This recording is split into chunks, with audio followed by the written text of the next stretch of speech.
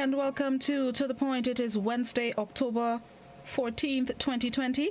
Thank you to those of you joining us on the GBN Grenada Broadcasting Network's Facebook page, the Grenada Broadcasting Network's YouTube channel, the website www.gbn.gd, and GBN TV channel 7, 11, and 20. Special good morning to the listeners of Classic 105.5, 105.9. This morning, as can be anticipated, we are facilitating Minister of Health Nickolas Steele. He's our guest this morning, bringing us update as Grenada records its 25th case of COVID-19. Good morning, Minister. Good morning, Blossom, and good morning to all of your viewers and listeners out there in what is another bright and sunny day in beautiful Grenada. Yes, it is. Unfortunately, we can say that as it relates to COVID-19 with case number 25 officially recorded. What's the latest with that gentleman? Any symptoms? Is he showing any symptoms? What's his status with quarantine and so on and so forth? What's the latest? This reports I have, he is still asymptomatic, no symptoms at all. He is in state quarantine site and continues to be observed and monitored. Contact tracing, how wide a net have we cast in contact tracing? How many people have been placed in quarantine since his confirmation? We are somewhere between 50 and 75 now. Persons who have been placed in quarantine or isolation or asked to refrain from any interaction out of precaution. And out of those... all of these... Yeah, go ahead. All of these individuals will be tested between Thursday and Friday because any interaction that they would have had with him directly or indirectly would have been between Friday night and Saturday. And as such, as the science dictates, we wait at least 4 days before we test them, have them isolated or in quarantine for 4 days, and then test. So they will be tested between Thursday and Friday. With the numbers that we have, are they all in mandatory quarantine or are they asked to self-quarantine? Where are they quarantining? Self-quarantine. All of these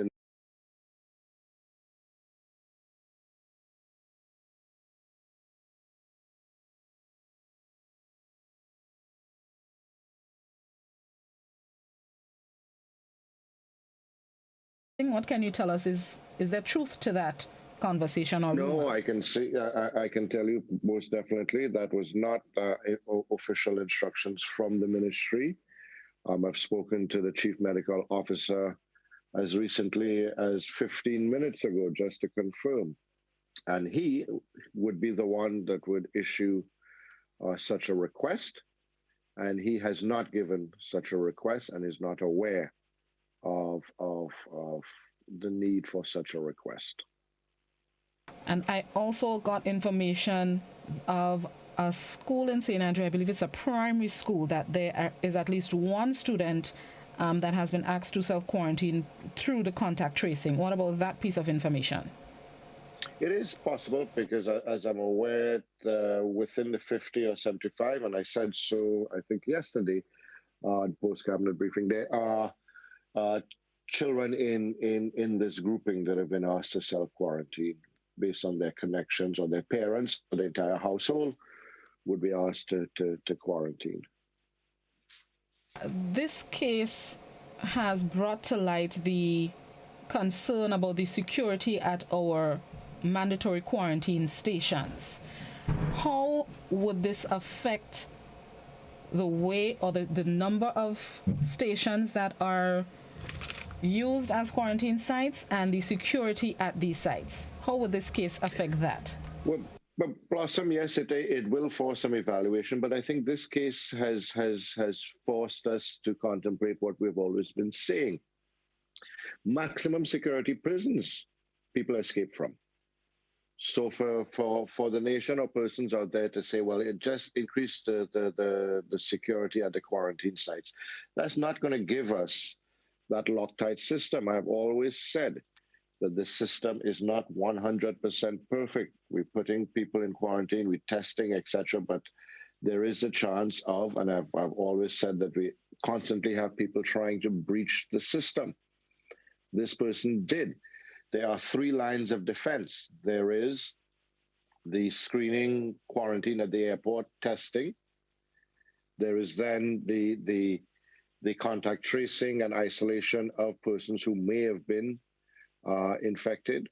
But the third line of defense, and the most important line of defense, is the public at large following the protocols of wearing the mask, etc. If you check of the 50 to 75 people who are possible exposures, possibly infected, the percentage of them that were wearing masks and practicing social distancing. Now, I feel for them and my heart goes out to them, and I'm just using this as a reference because I've spoken to some of them. And if they were wearing a mask and practicing the social distancing, they quite likely would not be in quarantine right now. And that is what we consistently say as the most important line of defense. What are the requirements of the quarantine sites in terms of the service that they're being paid for, really? What are they required to do to qualify and to continue to be a site under government's protocols? They must show the ability to, as best as possible, to keep persons who are requested to quarantine there and not have any interaction with the Grenadian population, to have the training for their staff in the provision of food and other services, and the staff to have received the training to do so. They are not prisons, and they have not been given the duty of prisons. They must have security and must be able to monitor their guests and know when their guests are there or not there, and notify us immediately should they see anything that is not acceptable, as in someone visiting or trying to visit or breach, or a guest trying to leave. They don't have powers of arrest. They don't have permission to carry armed weapons or so, or to physically manhandle or keep someone there. They have powers to have security and observe and maintain individuals in quarantine and notify Ministry of Health or police if there's any breach. Some have gone so far as to hire off-duty police officers or so to make that communication more efficient. But that is basically the duties of the quarantine sites. At the state quarantine site that we have, which is limited amount of rooms facility, we do have state police there, RGPF, and other forms of security and so there. This has also raised my concern, really, about the sites that, for lack of a better phrase, may lapse in security. Is it one or two specific sites that we've seen these instances of one running away of people who should be in quarantine, the incident with the gentleman that broke his limb, or is it widespread among the quarantine sites that government uses?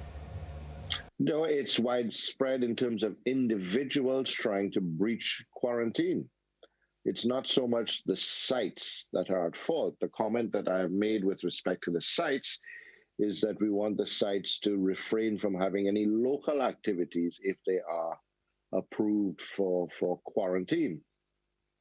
But we don't want, we can't say that the sites are faulty or so.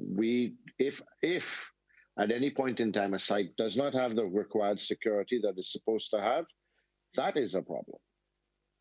If at any point in time the site does not prevent individuals as best as possible from entering, but people break in. So that is the issue here, is that individuals are consistently trying to breach the quarantine. And if we had these individuals at Her Majesty's prison, they would be consistently trying to breach the quarantine. Maybe that's where we should put them, Minister. But in the meantime, let's take a break and then we're going to come back and continue the discussion. Minister of Health Nickolas Steele as Grenada records its 25th case of COVID-19. We'll be right back.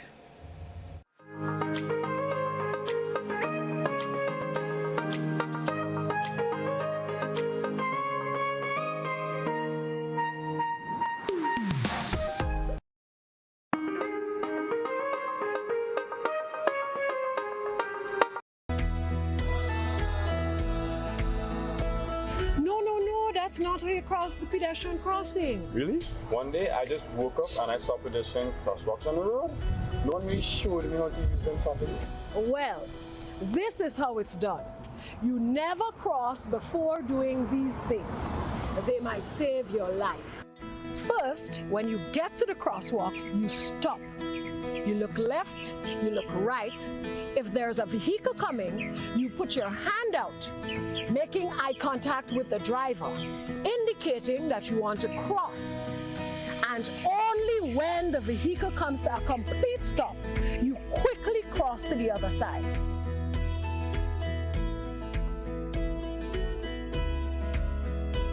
Stop, look, hand out, eye contact. Wait for pedestrian to cross to the other side, then you happily continue on your journey. This message is brought to you by this group of insurance companies, the Traffic Advisory Body, and the Traffic Department. You know, one day I woke up and, they painted a set of pedestrian crossing all along the streets. Nobody told us how to use that thing properly. I know how. You're serious? Every safe, good driver knows about these things. As a driver, you have to be very attentive. You know you're coming up close to a pedestrian cross, you start slowing down immediately, looking to see if there's any pedestrian on the side getting ready to cross. If there is, you stop on the line that is a certain distance before the crosswalk. Then you would see the pedestrian put their hands out, looking directly at you, indicating that they are going to cross. And only when you have come to a complete stop, that is when they will quickly and safely cross to the other side. And then you continue happily on your journey. Stop, look, hand out, eye contact. Wait for pedestrian to cross. Then you happily continue on your journey. This message is brought to you by this group of insurance companies, the Traffic Advisory Body, and the Traffic Department.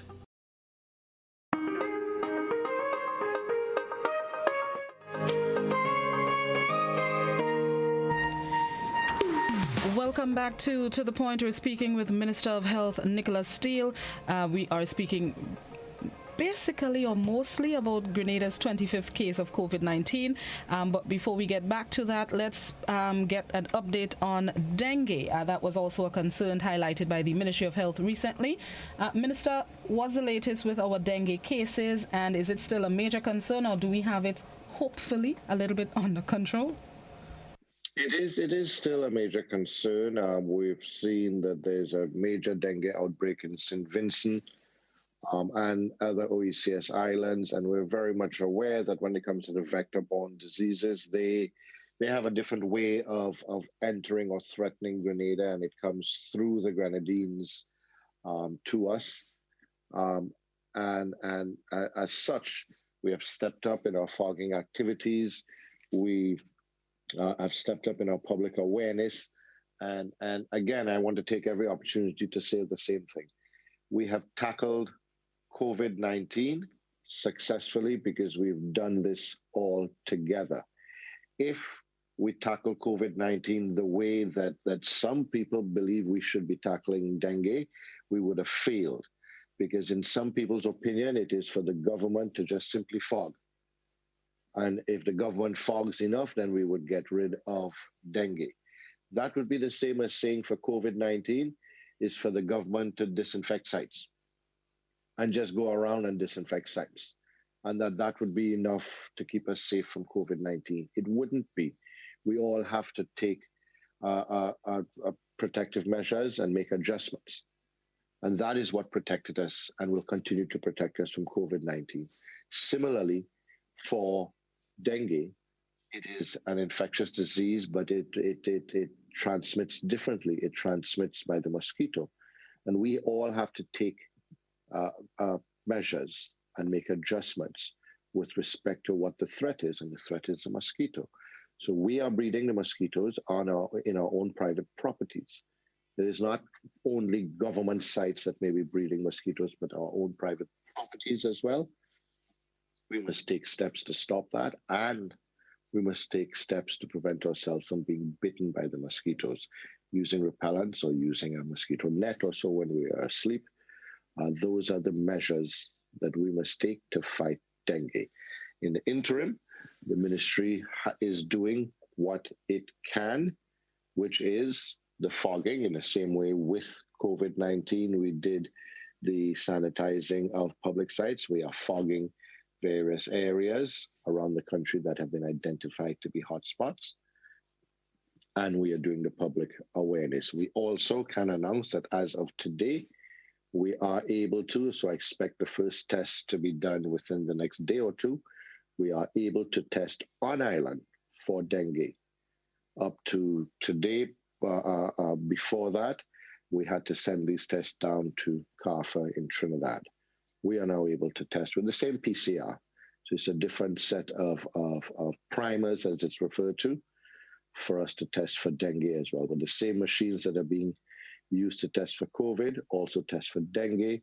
The difference is the primers, and also the dengue, you use a blood sample instead of a saliva sample. Have we recorded any deaths from dengue so far for the year? I'm hearing that we recorded one death. No, I don't have any information with respect to any death attributable to dengue. We have 34 thereabouts cases so far confirmed. That's total, not active. 34 total cases, and of those, 2 of them were the type 3 dengue, which is the hemorrhagic dengue. And 34 for which period? Within the last month and a half. Okay, all right. I've also gotten reports that for lack of a better word, crews have been going around and looking at homes and business places, compounds for mosquito breeding sites. Have any charges been laid recently with breeding sites for mosquitoes? No, I'm not aware of any charges laid. The way the crews function is they go around, they warn, and then they would go back. And if it is not remedied, then there would be a charge. In most, if not all instances, it is remedied. We have had 1 or 2 instances where individuals, for instance, were storing tires or derelict vehicles, and the ministry takes the route of also finding a way to assist as best as possible for the removal of. Because if the person cannot afford to or is unable to pay for the removal of the offensive cause, then the ministry just simply charging doesn't necessarily solve the problem. It does penalize the offender, which I think should happen as well, but it doesn't solve the problem. So we also take the route of going directly to solving the problem. I remember a few weeks ago the ministry released a schedule for fogging. Where can folks find an updated schedule for when fogging will take place in their areas or parish? I have a few asking about specific areas on endeavor WhatsApp. to make sure that it's put up on our Facebook and ministry website within today, the most current schedule. And anything else on dengue before we go back to COVID? Just to say that it is seasonal. It is here. Mosquitoes are with us, and until we take the necessary measures, it will be a definite threat to us.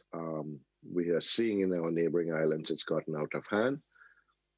We are making all efforts to prevent it from doing so here, but in order to do so, it is like any other infectious disease. We're all in this together, and we have to work collectively to prevent it from taking hold. All right. There's a WhatsApp question that is asking, what have authorities learned differently comparing the past cases to this one? And what structures are in place to avoid another instance like this from happening in the future, seeing that it's Grenadians that are at fault with the regulations? Well, it is the consistent monitoring, education, observation. We are strengthening the level of observation that we have and monitoring of individuals coming in. There are 3 individuals today, I'm informed, that will be charged officially for breaching of quarantine, and more on the way. The charge is $10,000. And these individuals will receive that information or that news today, and they will go through the proceedings of court, etc., for their breach of quarantine, and we will continue to enforce that. It's like any other crime, whether it is murder, whether it is theft, whether it is bodily harm, or so. You look consistently and monitor and see what adjustments can be made. Is it simply to increase the penalty, or do you increase the ability to monitor or surveillance in order to prevent? Not everybody who's coming into Grenada is breaching quarantine. The breaches of quarantine are by Grenadians, though. They're not by visitors. They're by Grenadians. We are doing this to ourselves. And there are some of us who have been living abroad who take the rest of us for granted. Now, ultimately, what do? Prevent them from coming? How do we know who they are? And as Grenadians, they have a right to come back home. In fact, the government has an obligation to try and make it possible for them to come back home, which we have done. The individuals are coming back home for funerals. Individuals are coming back home to visit loved ones, and individuals are coming back home because this is home. And they've been outside for quite some time.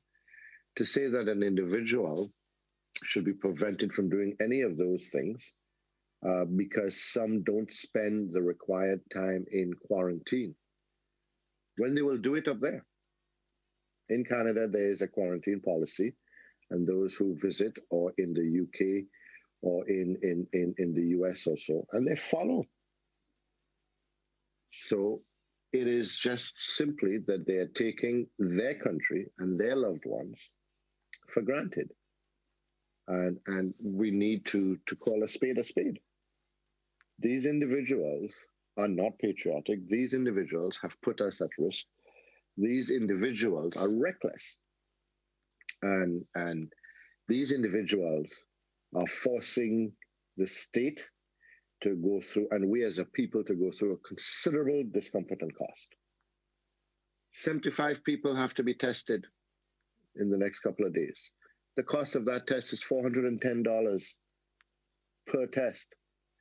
75 people are confined to home, can't go to work, can't go to school, can't go out, are experiencing lockdown, and we all know as a nation what lockdown is like. And none of us want to do that, but 75 Grenadians are forced to do that now because of one reckless idiot. And that is what it is. And once the individuals are charged, and I do believe that this individual will be charged too, but any individual who is charged with the breach of quarantine, remember, once you're charged, the name is public. An entire population knows and will know the individuals. There are 3 as of today, will know the names of the individuals who attempted to breach or breach quarantine and put us at risk from that. The Ministry of Health and the government is not going to announce the names of individuals who are positive. But there is a process, and it's a public process that we cannot interfere with, that once someone is charged with the breach of quarantine, the name of the offender is public.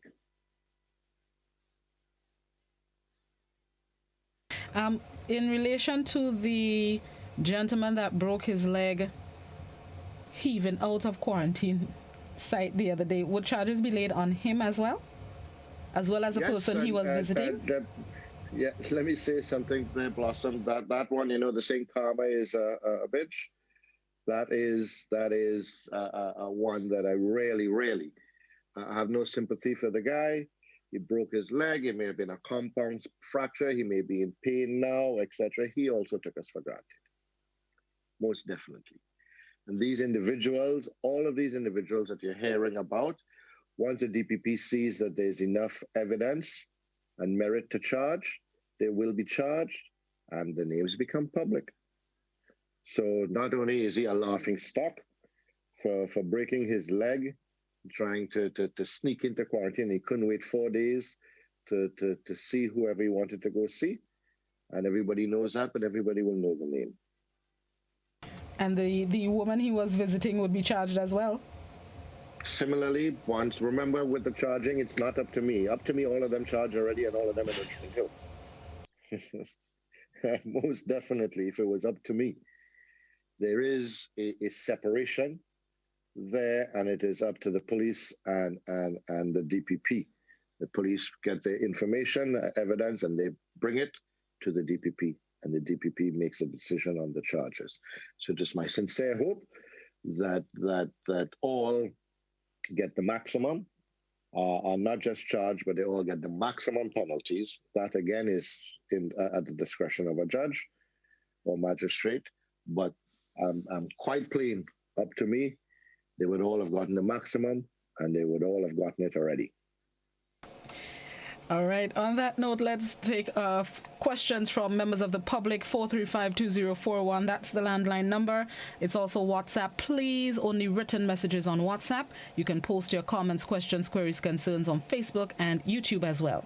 Let's go to our first caller. Good morning, caller. Oh, yes. Good morning to you. And you have a good morning to the minister. Let me say this as I listen to the minister. I'm very concerned. I'm very, very concerned. And it seems to me that following the news, local and international, that we might be facing a lockdown for some time, where workers and people in general might not be able to take care of their finances, as it is paying the bank and feeding themselves. Therefore, I'm asking the minister this. Has the government in the region and the government of Grenada contemplate on finding a way of ensuring that people in a lockdown can meet all of the finances or pay the bills, the loans, whatever, irrespective of who they are, not coming from the pocket? Thank you very much. Thank you, caller. Minister? But the plain answer is no. But let me say this, that it is my intention and the intention of this government to avoid at all costs the possibility of lockdown. And I would like to think that if we were to lose control of COVID-19 here, community spread, etc., that things would be different from the first time. The fact of the matter is that a lockdown can be avoided completely if there is compliance now with the wearing of the masks and social distancing. Then people can go about their business, and it would not be necessary to confine people to their own homes. The countries and cities that you are seeing in Europe and elsewhere that are doing or being forced to do the lockdowns again, it is because the population in general is non-compliant. And bars and people are still socializing and still having parties and not wearing the masks, etc. The countries that have been able to avoid that are the countries where people have been compliant as a nation. So we all want to avoid lockdown. Lockdown's for everybody. We all want to avoid lockdown. As to whether there is a way of paying people when in lockdown, well, some businesses did pay people when they were in lockdown. The government of Grenada paid all of its employees. All of the public servants were paid during lockdown. no decrease in salary or anything like that. In the private sector, in most cases, they were paid. Some people, depending on the ability of the employer, were paid less. And some people are now no longer employed. And some private sector businesses are also have had to cut back, if not close, some of their sectors also. So no, there is not a mechanism in place for the government to pay everybody or to find a way for everybody to get paid if we had to do a lockdown. What we need to recognize is the consequences of that and collectively to make every effort to avoid that. I think the caller should be thinking not about how will I get money if we are locked down, but what do I do? What's my part in preventing a lockdown? Good morning, caller. Yes, good morning. Greetings, Alexis-Welsh, and greetings to your guest, Mr. Steele. Mr. Steele, by the way, I cannot see, but I can hear a slight stuffiness in your voice. You may wish to take a little care with it. And I'm happy too that you learned that the word is quarantine and not quarantine, but let's go on. Two things. In recent times, the Minister for Tourism have exposed a view, or let's call it an idea, that she has to invite people to this here country onto some of our beaches with a certain level of privacy and asking us as the people to stay away from the beaches when this thing does come off. By the way, question, Mr. Steele, was your ministry active in the decision made and taken for this situation to come off and to be announced to the people? Two, I have learned in my life that a chain is as strong as its weakest link. You have identified some of the things that we were expected to do with the onslaught of the COVID and so on. And it is evident that over the months, one of the weakest things as implemented by the state and its authorities was that of quarantine and isolation. We have experience of people slipping out and leaving the country, people going about as though, thank God nothing more serious has occurred. But Mr. Steele, do you consider this as inefficiency and incompetence or a benefit to us? Thank you very much and have a nice day, will you? Thank you, Citizen Rollo. Well, I see Mr. Rollo hasn't lost his sense of humor or attempts at his sense of humor. With respect to the issue raised by the Minister of Tourism, she clearly said it is being discussed and contemplated. So a decision has not been made. With respect to the safety of our borders and various activities, the Ministry of Health would be involved in terms of the protocols to follow. We have quarantine sites, as he has said, that Grenadians are not allowed to enter. Citizen Rollo doesn't have a problem with that. We have certain areas for our own health and safety at certain times that we should not be near. Is any Grenadian going to say it's their constitutional right to enter or to go to the public space where our case 25 is now? And simply put themselves at risk to be antagonistic and say it's my constitutional right, you're taken away? No, it's a constitutional right to health and safety as well, of all of us, and to earn a living and to make an income. And I believe as a responsible government, Citizen Rollo, it is this government's responsibility to try as best as possible to make sure that our vendors, those involved in our tourism industry, those who have received an income and a living from the cruise ship industry, that they get an opportunity as best as possible to make some income and are not relying on the charity of the state or of others. And as such, if there is a way that we can find, and if the simple compromise is a request of the citizens of Grenada to avoid a specific area for a couple hours on a given day, I think that is a reasonable sacrifice for us to make sure that others can receive an income. However, if Citizen Rollo believes that it is not then this constitution also protects him. And he can go and force an interaction with individuals who are possibly at risk and will suffer the consequences of the law, as well as quite possibly the infection. If he respects the infection and the law fully, and not chooses to pick a certain area of the law to be antagonistic on, but the Constitution as a whole, which also gives individuals the right to livelihoods. And that's what I've been saying. We have to find a balance between life and livelihoods. And we as a people, we're all in this together. So to say that for my enjoyment and the right for me to go to a beach, I am not willing to give up a certain amount of hours to make sure that someone else, one of my fellow citizens or a couple of my fellow citizens can make an income or living, but they must rely on charity always so that I could go swim on the beach on suntan or walk on the beach is unreasonable. And I think we need to think beyond this. It's not an encroachment on or removal of the rights of citizens. It is a desire of us to try and find a way for others who have been deprived since March of a living to be able to make a living. Good morning, caller. Hi, I've got 3 points for the Minister of Health. My first point is this.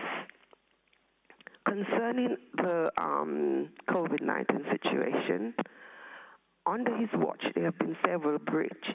I've listened to his reasoning, but I do think that we need to do far more greater in terms of security at hotel sites, non-governmental sites that we are now doing.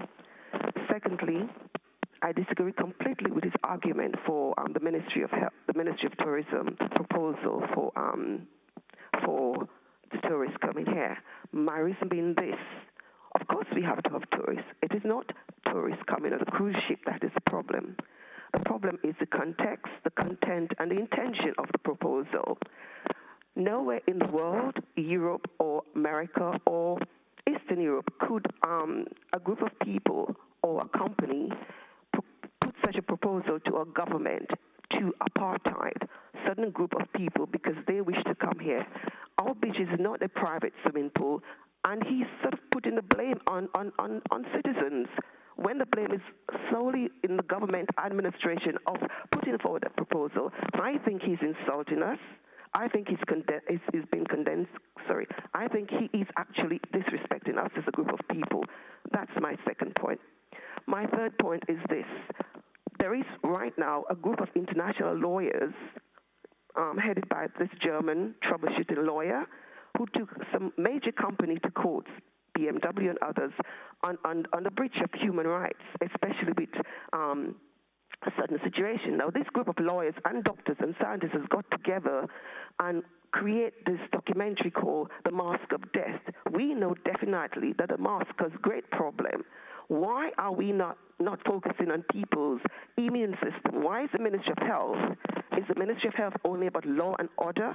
Why is the Ministry of Health not doing promotional on teaching our people how to feed the immune system, which is our bodyguard, our security against ill health and viruses as COVID? Why aren't they not stressing that? Okay. Thank you, caller. Minister? Well, on the first point that the caller raised, with respect to persons breaching quarantine, it's simple. This is human nature, human action. And it's not that the Ministry of Health has to become state police. Remember, we tried to pass a significant legislation to give us the teeth, and members of the opposition and quite a few people picketed the parliament and said no. You cannot get the teeth to enforce. Now we have callers like that caller now saying, why don't you have the teeth? Why don't you do more? That is democracy. She's entitled to her opinion now. And those back then that picketed the parliament and force the withdrawal of the bill. And the bill has gone now to consultation. And however long it takes, if it ever comes back, that is democracy. And that I respect. I have given my opinion on why we are looking at, or why the Ministry of Tourism is looking at the possibility of a cruise ship coming in. If the caller, and there are many more like her, express and believe that that is not what should happen, then the government will listen. And quite possibly that is not what would happen. But it will happen in Barbados, it will happen in St. Vincent, St. Lucia, and St. Kitts, because they are also pursuing it. The boat isn't just coming straight here. It's looking at all of the islands, and like any responsible government, it is worth investigating and pursuing. And I think the Minister of Tourism needs to be given credit for going public with it and letting the nation know what is being discussed before a decision has been made.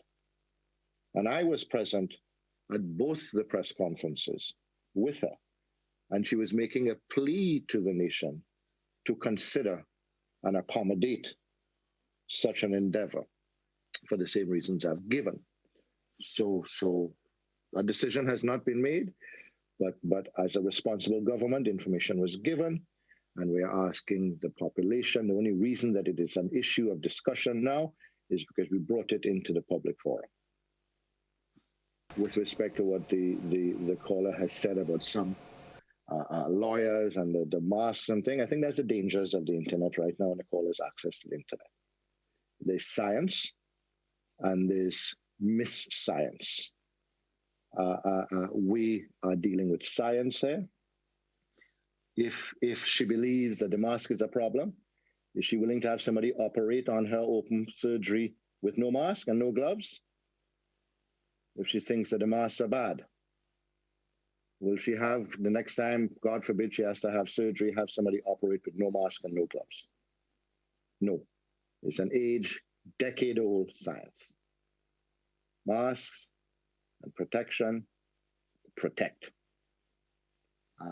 If she has other information and those lawyers are suddenly better than the World Health Organization, Pan American Health Organization, and all of the others who have been in the industry, then sure, let her present it to the world, not just on the radio here without quoting, without even giving the name of a lawyer. Some lawyer in Germany. No, this kind of irresponsible rumor mongering has to stop. A question on WhatsApp.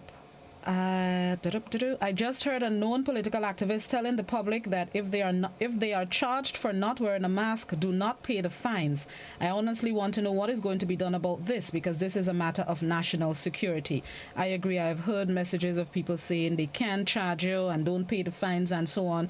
What's the reach of the charges that can be laid for not wearing masks in public?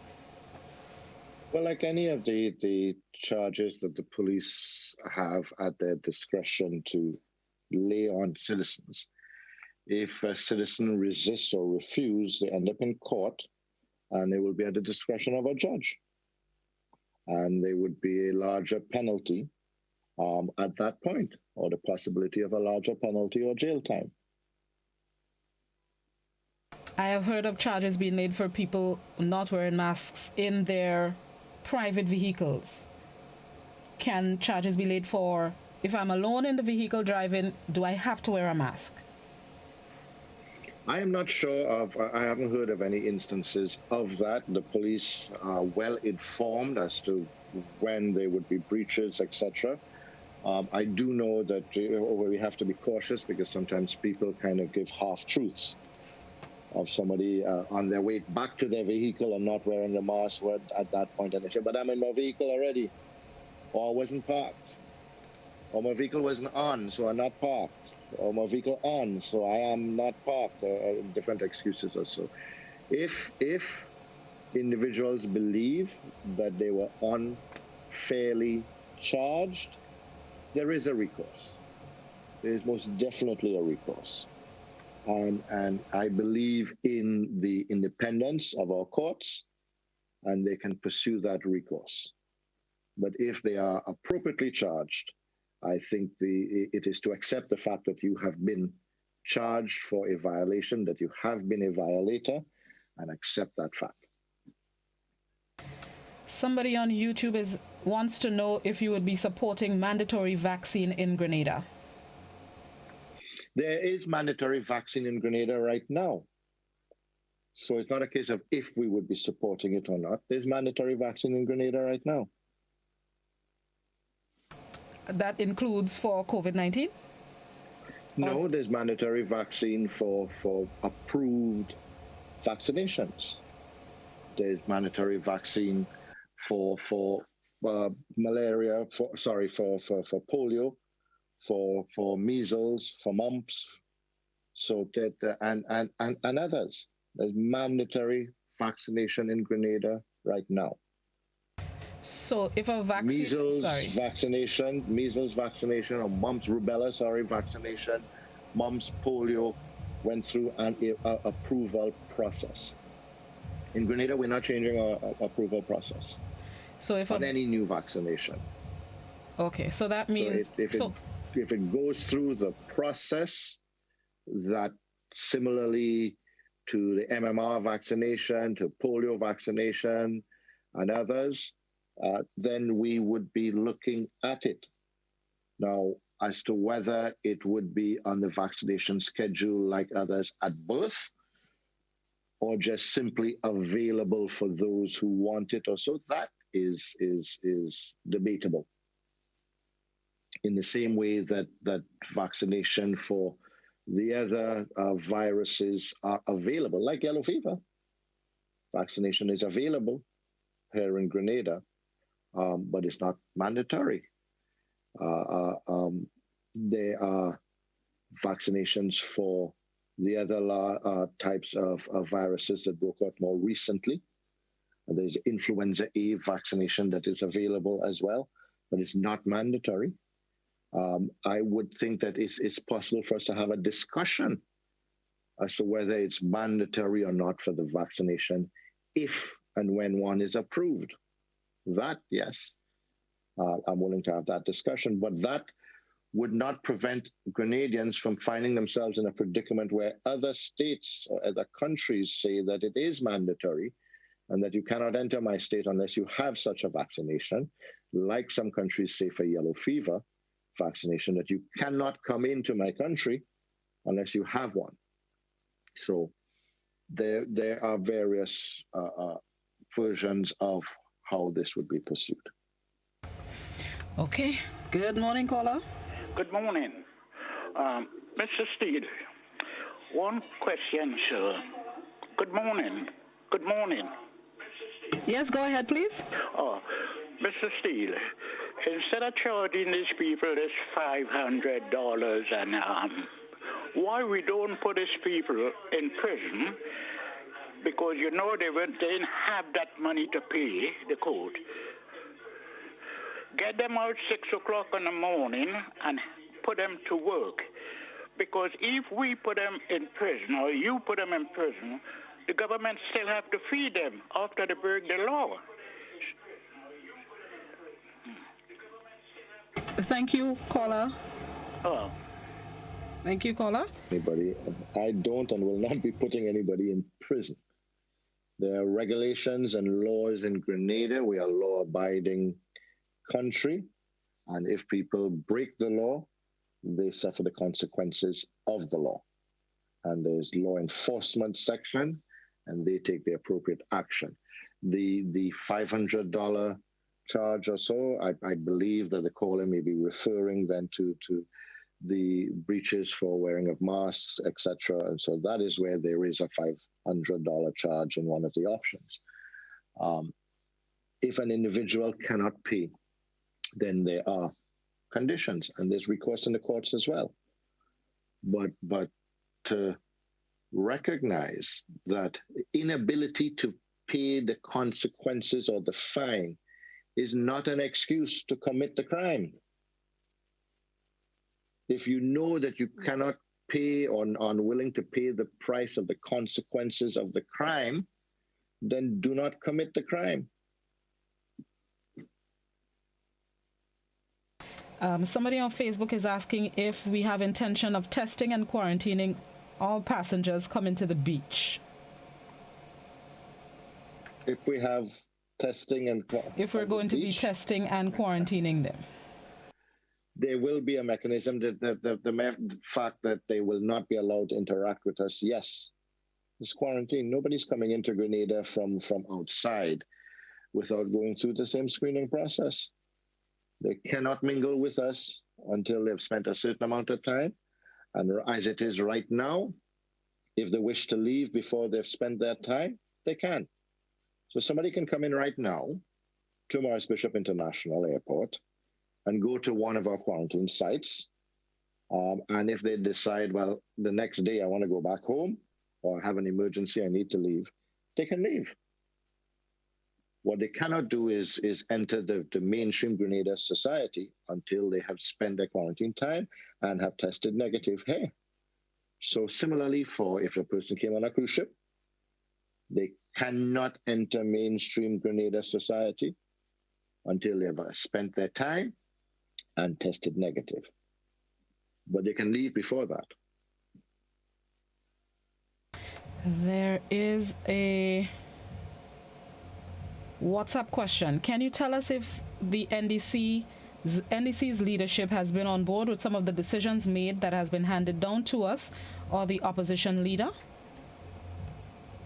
There have been. The opposition leader, most definitely, in Parliament has supported the majority of. He has made comments and or expressed concern wherever he has concern. But he has supported the legislation with respect to COVID that has passed because he was there to assist in the passage of. The opposition spoke out against the legislation that we tried to pass. And I seem to remember making comments that we don't have COVID in Grenada, so why are we contemplating these rules that we were trying to pass? Well, I'm assuming that there would be a certain amount of reflection on those comments now by those who made those comments and would now finally see the wisdom of what this government was trying to do. From the pleas of the people, where is the teeth of the government to enforce? When you had people from opposition saying, no, the government shouldn't have those teeth. I'm scrolling through the questions. Somebody on WhatsApp is asking, I have to restructure it a little bit. Hold on. You have to filter it? I have to filter it a little bit. Any plans to or consideration? Yes, you mentioned that the case number 25 as well as the injured gentleman would face charges and that's when they would be made public.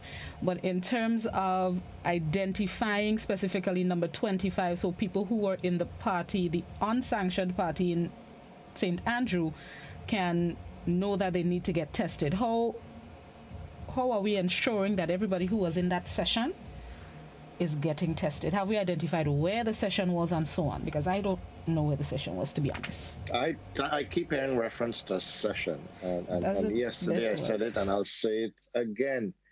The ministry doesn't know of any session. The ministry has said that if anybody wants to have a session above 20 people, they must apply and get permission, and there's certain rules that they must follow for such a session. So I think what they need to do, if there was an unapproved illegal session, they need to approach the organizers of that session and ask them what mechanisms did they put in place to protect them at that session. That's what I'm hearing. People don't tell the ministry what they're doing and they go undercover to have a session, then is it the Ministry of Health? No. It is individuals who have in this session that they need to speak to. What have they put in place to protect them? That's what we're hearing, that there was a party on Friday night that he attended that they did not seek permission from the authorities to hold. So So that means you're not. I think the responsible thing of the organizer of that party is to come forward and say, listen, I had a party on Friday night, and I believe that the individual may have been at my party. How can I help? I don't. But everybody hiding, and it's expecting somehow the ministry to do something about it. People saying there was a party. Nobody is brave enough to say, well, here's where the party was. I was there at the party, and this is what happened, and I want to know if this guy was there too or not. That's the kind of thing that we would need to follow up. But right now, all we have is on social media, people talking about a party, and nobody coming forward to say, this is how I can help you, to tell you about the party. So in other words, if anybody has information, they should come forward. They should come forward and say who was the organizer, so we could speak to the organizer to find out how many people were there, what sort of mechanisms they put in place at the gate to know who, if this guy was there, what time he was there, and so. Those are the kind of things that we would like. That's responsible leadership of the individuals. They can lead to have a party, but when there is a possible exposure, they're going to hide it. That would bring us to the end of the program. Minister Steele, any final thoughts going forward, the next step? Oh, just as a correction or verification, the tests of the people in quarantine tomorrow, please lot on Friday, those will be the first set or the next set of testing through the contact tracing? Those will be the first set tomorrow, yes. All right. And any final thoughts specifically about this new case? Just simply to say, I fall back on, there are 3 lines of defense on this. And once we work together on these 3 lines of defense, it will work. There's the screening, testing, and quarantining at the airport or at our ports of entry in general. There is our contact tracing and quarantining isolation team here for if someone breaches the first level of defense. And then there's the third and most important level of defense of us following those protocols. I've spoken to some of the individuals, some of the 75 who are now in isolation or quarantine, and they admitted, those that I know have admitted that they were not wearing a mask at that time. They were in a public space and they were not wearing a mask. And agree, if they were wearing a mask, they would not be in quarantine now. Very simple. We've been pleading with everyone. You have callers coming in and saying now that they shouldn't pay the fines and so. So on one side, protect us. And when we say what to do to be protected, no, we're not going to do it. Find another way to protect us. We cannot lock up Grenadians simply because they are coming from a foreign country indefinitely or prevent them from coming in. We cannot put them in Richmond Hill. That is unreasonable, and the people who are saying it know that. We cannot put everybody in a lock-up tight security because there are some who would breach. We don't do it for murder. We don't do it for theft. And just go lock up everybody because 1 or 2 of them may commit murder or theft or so. No. The quarantine is there to see whether you have infection or not. People must respect the quarantine.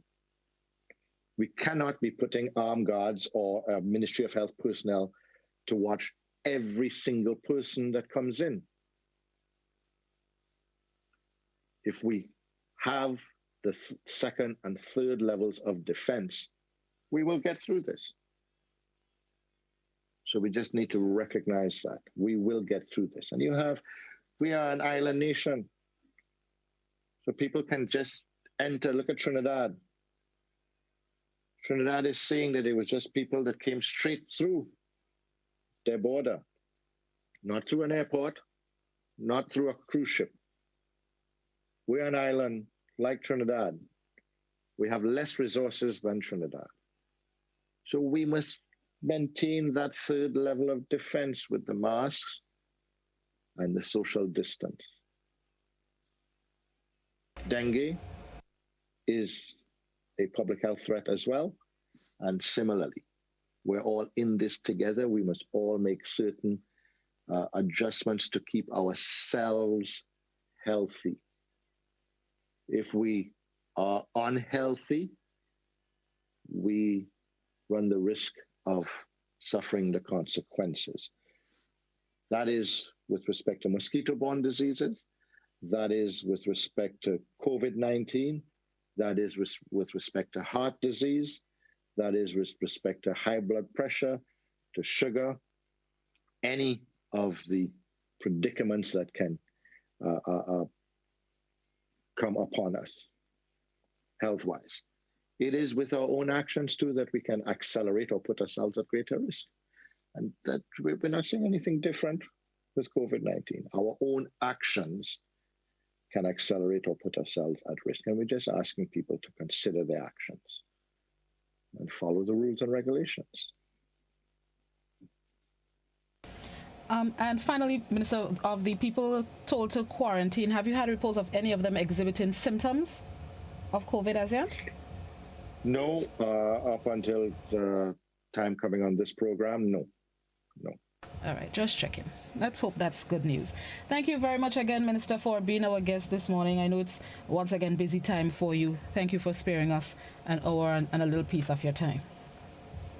Thank you, Blossom, and have a good day to all your listeners, viewers, and in particular those who called in and gave comments or questions. Thank you.